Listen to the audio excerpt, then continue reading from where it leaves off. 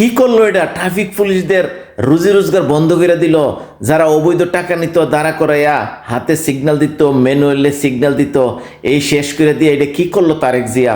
তারেক জিয়া এরকম সিস্টেম আছে, ITS system, যেটা ইন্টেলিজেন্ট ট্রাফিক সিস্টেম যেটা বলা হয়, এআইয়ের মাধ্যমে, এআই প্রযুক্তির মাধ্যমে এআই নির্ধারণ করে দিবে কোথায় কোন সময় কোন ট্রাফিক দ্রুত ওপেন করতে হবে, গাড়ির জ্যামের উপর নির্ভর করবে। এই সিস্টেমটা বাংলাদেশ ঢাকা শহরে 30টা স্থানে প্রাইমারিভাবে এটা চালু হয়ে গেছে অলরেডি।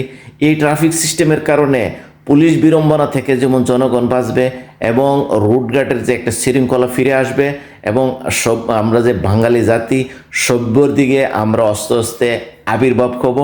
আমরা এই যে উন্নত বিশ্বের মধ্যে আমরা যারা আছি, আমরা দেখি আইটি সিস্টেমে এই দেশে একটা সিগন্যাল বিনা কারণে কেউ ক্রস করে না।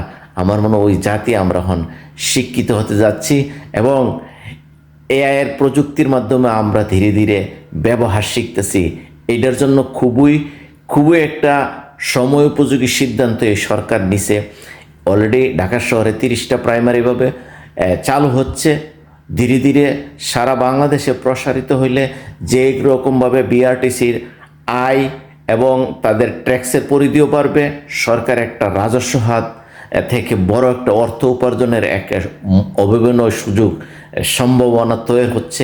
এই জিনিসটা যেন বাংলাদেশে ধীরে ধীরে সারা বাংলাদেশে যদি প্রয়োগ করা হয়, অবৈধ পুলিশ যারা ট্রাফিক লাইনে থেকে হাত উঠাইলি মানুষের অর্থ যেভাবে লুটিয়ে নিচ্ছে, তারা রুট মাস্টার ছিল, তারা রাস্তার রাজা ছিল, আজকাল রাজাদের ধীরে ধীরে প্রজাতে নিয়ন্ত্রণ করতেছে।